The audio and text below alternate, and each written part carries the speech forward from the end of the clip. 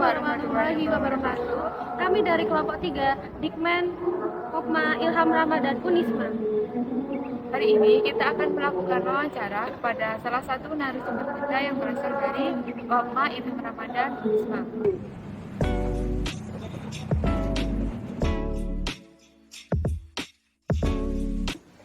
Baik teman-teman, jadi di sini kita sudah bersama dengan narasumber kita. Untuk Mbak Lutfi boleh perkenalkan diri terlebih dahulu. Perkenalkan, nama saya Lutfia Tusalika, bisa dipanggil Lutfia dari jurusan Administrasi Bisnis. Jabatannya sebagai Ketua Umum dari Kopma Unisma.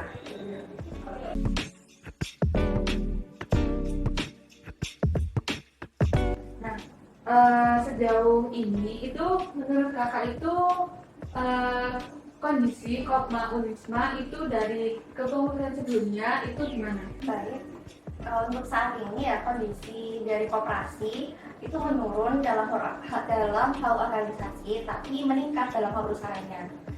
Nah, hal ini tuh terjadi karena minimnya minat mahasiswa terhadap koperasi, karena kan koperasi saat ini dianggap kuno ya dan ketinggalan zaman gitu. Jadi itu mereka lebih memilih untuk ikut kerja, magang ataupun MBKM daripada ikut di organisasi di kampus sendiri. Untuk periode kepengurusan yang tahun ini kan beda-beda ya targetnya tiap tahun. Tapi kalau tahun ini itu menurut saya menurun juga.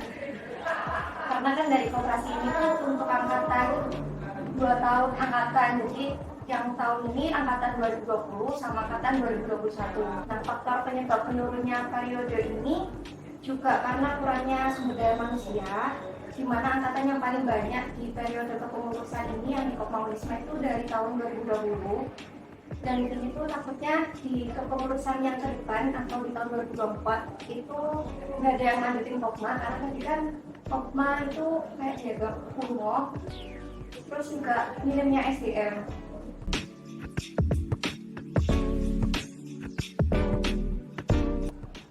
Sejauh kepengurusan periodenya kakak sendiri, adakah permasalahan dalam Kopma Unisma yang kakak alami yang mungkin sekiranya susah? Ya, untuk permasalahannya ada di koperasi ini tadi langsung yang bidang aja ya. Kan di Kopma Unisma itu ada 5 bidang.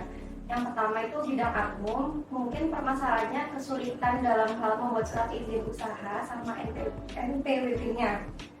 Nah, kedua hal ini kan harus diperbarui. Kalau yang ada di websitenya koperasi itu surat izin usaha sama NPWP dari Kopma Unisma itu sudah kadaluarsa gitu loh. Nah, untuk yang kedua itu dari bidang keuangan, itu permasalahannya pada saat pengumpulan LTJ atau laporan pertanggungjawaban program kerja itu kan ada 2 anggaran untuk kampus sama anggaran yang realnya, yang asli. Nah, ini tuh biasanya terjadi kesalahan, soalnya kan dana yang turun dari kampus itu beda sama dana yang dianggarkan gitu. Terus yang ketiga itu dari bidang usaha. Kalau permasalahannya di bidang usaha itu mungkin pada pencatatan penjualan ya, soalnya kan pencatatannya di Kopma Unisma ini masih manual. Jadi itu kadang ada selisih antara uang fisik sama pencatatan penjualannya.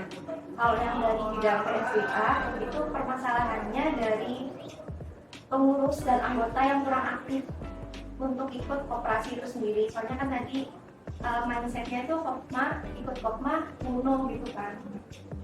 Terus kalau dari yang terakhir dari bidang HPP atau Humas Publikasi Gerakan itu permasalahannya pada saat kan kita banyak undangan untuk delegasi, nah itu nggak ada yang mau ikut delegasi, soalnya kan ada kesibukannya masing-masing, kadang itu bentrok sama kegiatan yang ada di koperasi.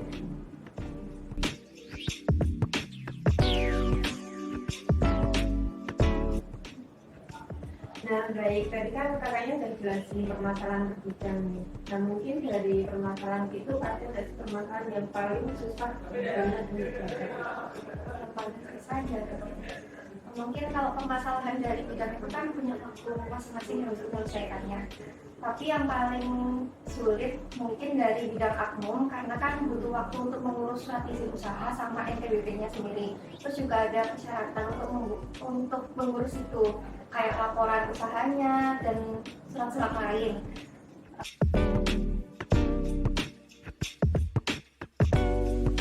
pertanyaan terakhir ini ada, kan tadi sudah dijelaskan beberapa permasalahan yang saat ini dihadapi oleh kepengurusan kakak. Nah, itu apa saja hal-hal yang sudah kakak lakukan dalam mengatasi permasalahan tersebut?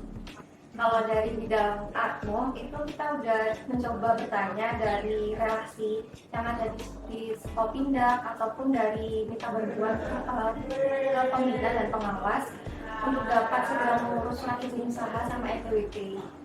Nah, kalau yang untuk bidang keuangan itu kita melakukan pencatatan pengeluaran pada setiap program kerja. Jadi kayak misal mau beli barang, untuk total itu langsung cepat-cepat dicatat, terus dalam buktinya nota-nota.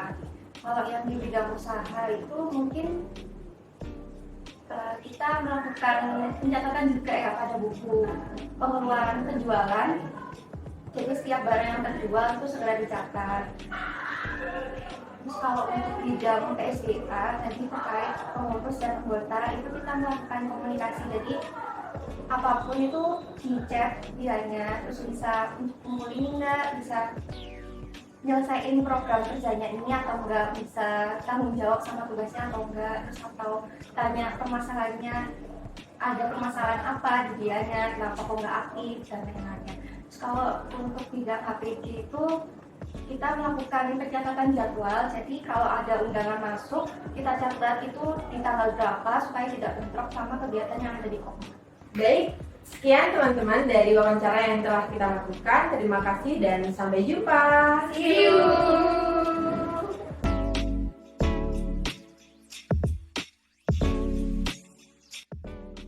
Wawancara yang telah dilakukan pada Ketua Umum Kopma Unisma menghasilkan bahwa kondisi Kopma Unisma saat ini mengalami penurunan dalam hal organisasi, namun terjadi peningkatan dalam hal usaha. Penurunan dalam hal organisasi ini dapat dikatakan bahwa kepengurusan untuk tahun ini menurun daripada tahun sebelumnya, karena kepengurusan pada tahun ini kebanyakan juga dari anggota Kopma angkatan tahun 2021 dan tahun 2020. Untuk angkatan tahun 2022 sangat minim. Jika hal ini terus berlanjut akan menyebabkan bukan hanya kepengurusan atau dalam hal organisasi saja yang akan menurun, namun juga dalam hal bidang usaha juga, karena semakin banyak anggota Kopma maka modal untuk usaha juga akan semakin banyak, begitu juga sebaliknya. Sehingga hal ini perlu diatasi untuk kepengurusan selanjutnya agar bisa mencapai target mahasiswa yang mengikuti UKM Kopma ini. Mungkin dengan dilakukannya sosialisasi dengan menonjolkan kelebihan-kelebihan dari UKM Kopma itu sendiri, yang kelebihan itu membedakan dari organisasi lainnya seperti BEM, DPM atau HMJ, menjadi upaya pada kepengurusan tahun berikutnya agar target anggota koperasi dapat tercapai.